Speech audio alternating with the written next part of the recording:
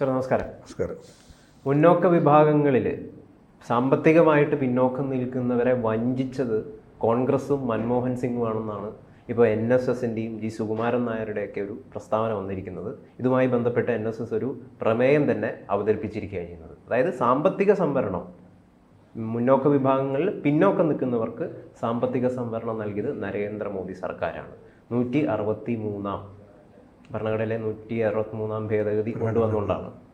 യഥാർത്ഥത്തിൽ ഇവിടെ ഈ NSSൻ്റെ ഈ ഒരു പ്രസ്താവന BJPയുമായിട്ട് തങ്ങൾക്ക് ചേരാൻ താല്പര്യമുണ്ട് എന്നതല്ലേ അതിൻ്റെ ഒരു രാഷ്ട്രീയം?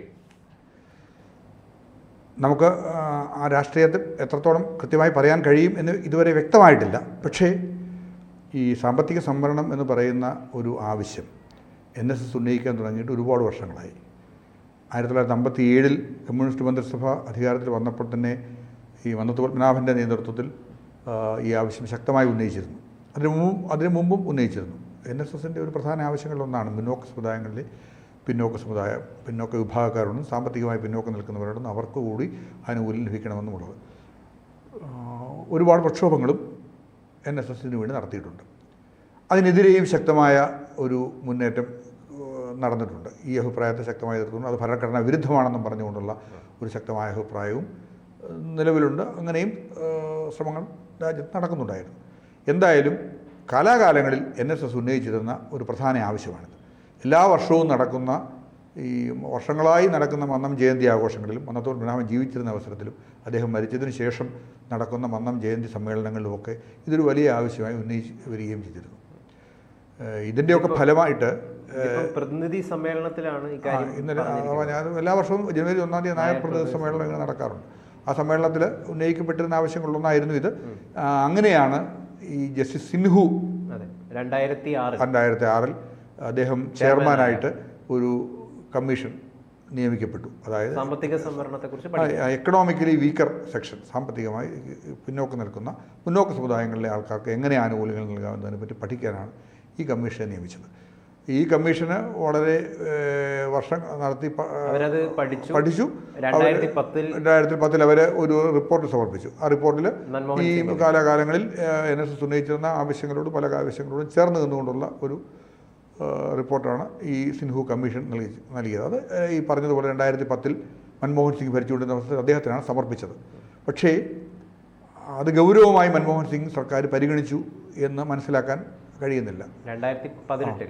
2014 വരെ ആയിരുന്നല്ലോ മൻമോഹൻ സിംഗ് സർക്കാർ ഉണ്ടായിരുന്നത്. 2018 ആണ് നരേന്ദ്രമോദി സർക്കാർ ഇതിലെ ശുപാർശകൾ ഗൗരവമായി പഠിക്കുകയും ഒരു പരിധിവരെ അംഗീകരിക്കുകയും ചെയ്തു. അതിനുശേഷം 2022 അതുമായി ബന്ധപ്പെട്ട് അതിന് കൂടുതൽ ക്ലാരിഫിക്കേഷൻ നൽകിക്കൊണ്ട്, അതായത് പ്രധാനമായിട്ടും ഉണ്ടായിരുന്ന ഈ ആനുകൂല്യങ്ങൾ വീക്കർ സെക്ഷൻസിന് ലഭിക്കണമെന്നുണ്ടെങ്കിൽ സ്ഥലത്തെ ഒരു പരിമിതിയെ പറ്റി പറഞ്ഞിരുന്നു. അതായത് 4.5 സെൻറ്റ് സ്ഥലം ഉണ്ടെങ്കിൽ മുമ്പോട്ടുള്ളവർക്ക് ഇതിൻ്റെ ആനുകൂല്യങ്ങൾ നൽകേണ്ടതില്ലെന്നുള്ള രീതിയിലുള്ള ഒരു നിർദ്ദേശം ഉണ്ടായിരുന്നു.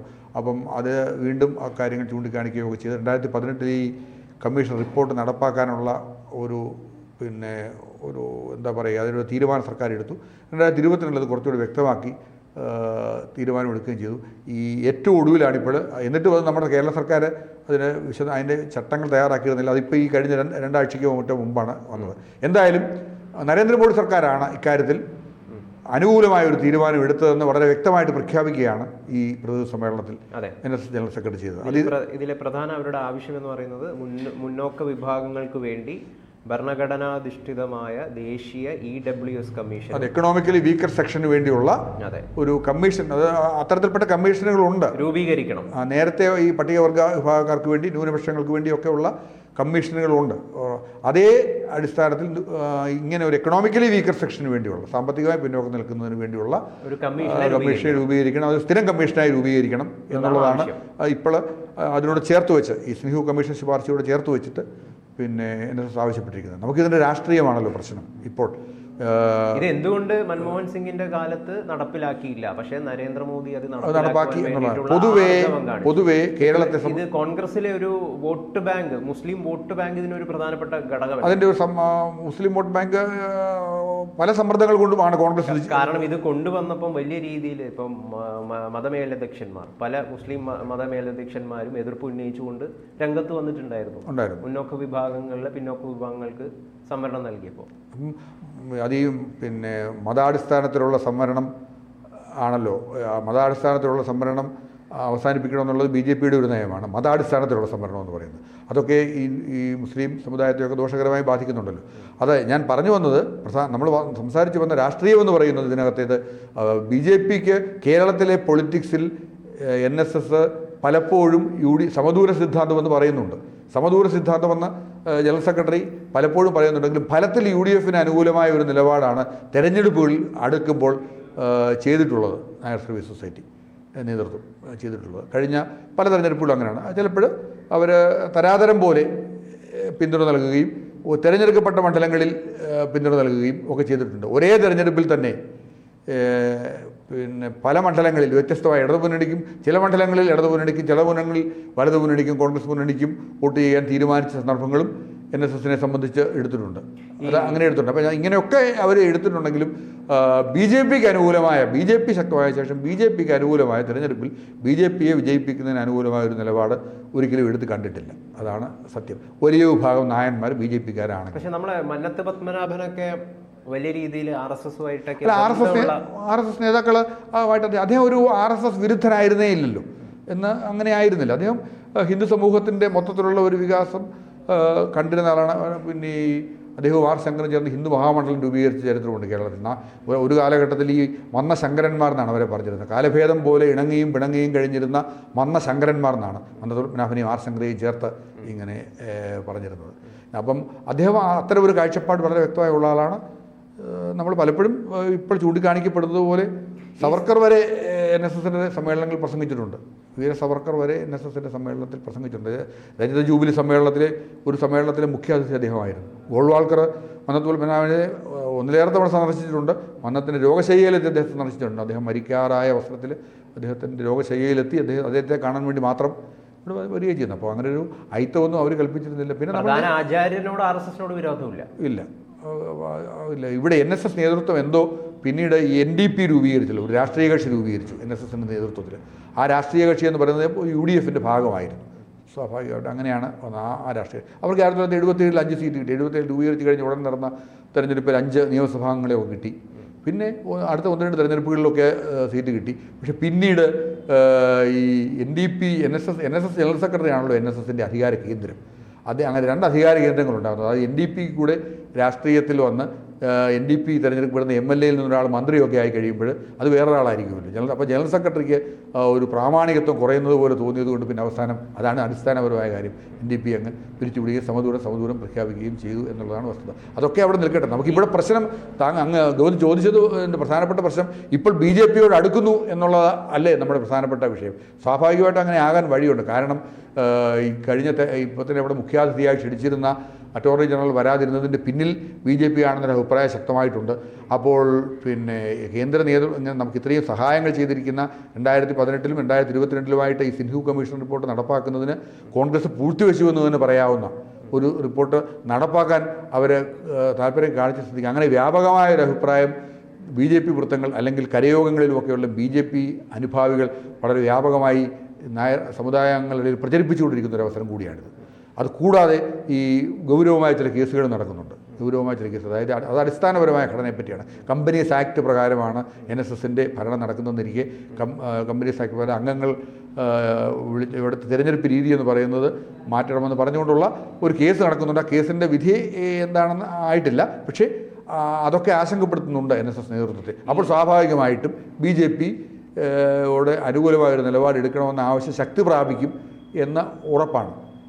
അതുകൊണ്ടുകൂടിയാവാം ഇപ്പോൾ ഇങ്ങനെയൊരു തുറന്നു തന്നെ നരേന്ദ്രമോദി സർക്കാരിന് ആണ് ഇത് ചെയ്തതെന്ന് പരസ്യമായി ഈ പ്രതിനിധി സമ്മേളനത്തിൽ സമ്മതിക്കുകയും ചെയ്തത്. പിന്നെ ഇതിലിപ്പോൾ CPMനോട് അവർ മുൻപ് കൈക്കൊണ്ട ചില നയങ്ങളോടൊക്കെ ഈ മുന്നോക്ക വിഭാഗങ്ങളിൽ സാമ്പത്തികമായിട്ട് പിന്നോക്കം നിൽക്കുന്ന ആളുകൾക്കൊരു എതിർപ്പുണ്ട്.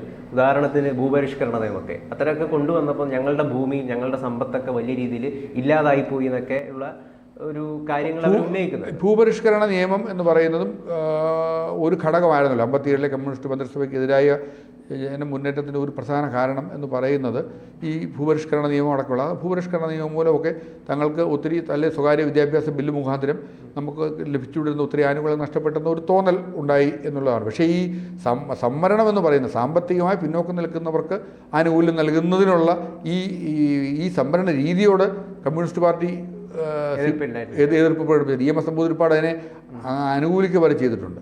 പക്ഷേ നമ്മൾ വളരെ വ്യക്തമായി മനസ്സിലാക്കേണ്ട ഒരു കാര്യം ഇതിനകത്ത് ഉള്ളത്, ഇത് തൊട്ടാൽ പൊള്ളുന്ന ഒരു സാധനമാണ്. 10 വർഷത്തേക്കാണ് ഭരണഘടനയിൽ ഈ സംവരണം ഏർപ്പെടുത്തിയത്. ആദ്യം അത് കാലാകാലങ്ങൾ ഭരണഘടനാ ഭേദഗതി മുഖാന്തരം വീണ്ടും വീണ്ടും വീണ്ടും നീട്ടിക്കൊണ്ടിരിക്കുകയാണ്. ഇനിയിപ്പോൾ ഇത് ആദ്യം ഇപ്പോൾ അത് തൊടാൻ വയ്യാത്തൊരവസ്ഥയാണ്. തൊട്ടാൽ വലിയൊരു പ്രക്ഷോഭം രൂപപ്പെടുന്ന സമയമാണ്. 10 വർഷത്തോളം എല്ലാ വർഷവും 10 വർഷം കൂടുമ്പോൾ ഭരണഘടനാ ഭേദഗതിയിലൂടെ മാറ്റിക്കൊണ്ടേയിരിക്കുകയാണ്. അങ്ങനെയാണ് ചെയ്യുന്നത്. ഇപ്പോൾ പക്ഷേ അതിനിടയിൽ ഈ ഇത്തരത്തിൽപ്പെട്ട ആനുകൂല്യങ്ങളെങ്കിലും നൽകാനുള്ള ഒരു ശ്രമം ഉണ്ടാകുന്നത് ഈ സിന്ധു കമ്മീഷൻ റിപ്പോർട്ട് പ്രകാരമാണ്. അത് നടപ്പാക്കാൻ ഉള്ള ആർജവം കാണിച്ചത് നരേന്ദ്രമോദിയാണ്. ഉണ്ടായിരുന്നില്ല. അപ്പോൾ അതുകൊണ്ട് സ്വാഭാവികമായിട്ടും NSS നേതൃത്വത്തിന് BJP നേതൃത്വത്തിന് ഇപ്പോൾ അവർ കൽപ്പിച്ച് നൽകിയിരിക്കുന്ന ഒരു അസ്പൃശ്യതയുണ്ടല്ലോ, അത് മാറ്റിയില്ലെങ്കിൽ അത് വളരെ മോശമായ വിധത്തിൽ NSS നേതൃത്വത്തിനെ ബാധിക്കുന്ന ധാരണ അവർക്ക് കൃത്യമായിട്ടുമുണ്ട്. അങ്ങനെയാണ് മനസ്സിലാകുന്നത്. അത് മാറ്റി അതിന് നിർബന്ധിതരാകുകയാണ് ചെയ്തതെന്നാണ് ഞാൻ പറഞ്ഞത്. അപ്പോൾ അത് മാറ്റുവാൻ നിർബന്ധിതരായിരിക്കുന്നു എന്നതിൻ്റെ സൂചനയായിട്ട് വേണം അതെ എന്ന് വേണം ഇതിനെ കാണാൻ. കാരണം അതിന് നിർബന്ധിതരായിരിക്കുകയാണ് അവർ, അല്ലെങ്കിൽ മുമ്പോട്ട് പോകാൻ കഴിയാത്തിരുന്നൊരവസ്ഥ. അതോടൊപ്പമാണ് ഞാൻ നേരത്തെ സൂചിപ്പിച്ച ഈ കേന്ദ്ര സഹായം ലഭിക്കേണ്ട ചില കാര്യങ്ങൾ ഉണ്ട്, കേന്ദ്രത്തിൻ്റെ അനുകൂലമായ നിലപാട് സ്വീകരിക്കപ്പെടേണ്ട ചില കാര്യങ്ങളും ഉണ്ട് എന്ന ഒരു തിരിച്ചറിവ് അവർക്കുണ്ടായിരിക്കുന്നത് കൊണ്ട് BJPയോട് ഇനിയും ഇതുവരെ കാണിച്ച അല്ലെങ്കിൽ അകറ്റി നിർത്തണമെന്ന് ബോധപൂർവം കാണിച്ച ഒരു ഇത്.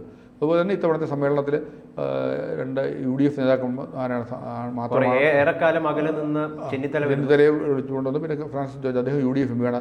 അത് ഒരു UDF ഇല്ല, അതാ പറഞ്ഞ അങ്ങനെ ഒരു UDF സമ്മേളനം പോലെ ആക്കി മാറ്റരുത്. അക്കാര്യത്തിലും വളരെ ശക്തമായ അഭിപ്രായ ഭിന്നത സമുദായങ്ങളുടെ ഇടയിൽ ഉണ്ടായിട്ടുണ്ടെന്നുള്ളതും നേതൃത്വം ശ്രദ്ധിച്ചിട്ടുണ്ട് എന്ന് വേണം കരുതാൻ. തീർച്ചയായിട്ടും BJPയോടുള്ള സമീപനത്തിൽ NSS നേതൃത്വം കുറച്ചുകൂടി മറ്റൊരു സമീപനം ഇനിയുള്ള ദിവസങ്ങളിൽ എടുക്കുമെന്ന് തന്നെ നമുക്ക് വിശ്വസിക്കാം.